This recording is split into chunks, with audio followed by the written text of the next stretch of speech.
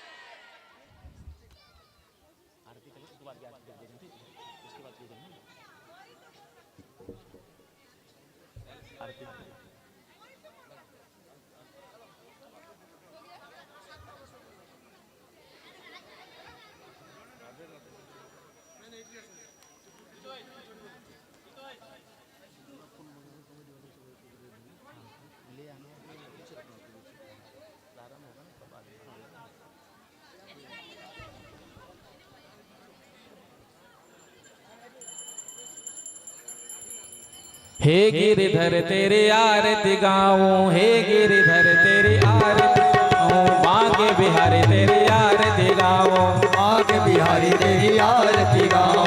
मोर मुकुट तेरे शीश पे सोहे, मोर मुकुट तेरे शीश पे सोहे, प्यारी बंसी मेरो मन मोहे, प्यारी बंसी मेरो मन मोहे। एक छवि बलिहारी में जाऊं, देख छवि बलिहारी में जाओ। चरणों से निकली है गंगा प्यारी, चरणों से निकली है गंगा प्यारी, जिसने सारी दुनिया तारी, जिसने सारी दुनिया तारी। उन चरणों के मैं दर्शन पाऊं, उन चरणों के मैं दर्शन पाऊं। श्री हरिदास के प्यारे तुम हो, श्री हरिदास के प्यारे तुम हो, मेरे मोहन जीवन धन हो, मेरे मोहन जीवन धन हो। प्यारी छवि मैं मन में बसाऊं, प्यारी छवि तेरे मन में बसाओ। श्री बांके बिहारी तेरे आरती गाऊं, श्री बागे बिहारी तेरी आरती गाओ। कर्पूर गौरम करुणावतारम संसार सारम भुजगेन्द्रहारम सदा वसंतम हृदयारविंदे भवं भवानी सहितं नमामि। त्वमेव माता च पिता त्वमेव, त्वमेव बन्धुः सखा त्वमेव, त्वमेव विद्याधरणं त्वमेव, त्वमेव सर्वं मम देव देव, त्वमेव सर्वं मम देव देव। बोलो भागवत भगवान की जय हो। वृंदावन बिहारी लाल की जय हो। हनुमान जी महाराज की जय हो। जगन्नाथ स्वामी भगवान की जय हो। रानी मैया की जय हो। जय जय श्री राधे, जय जय श्री राधे, जय जय श्री राधे, जय जय श्री राधे, जय श्री राधे, जय जय श्री राधे। धर्म की जय हो। अधर्म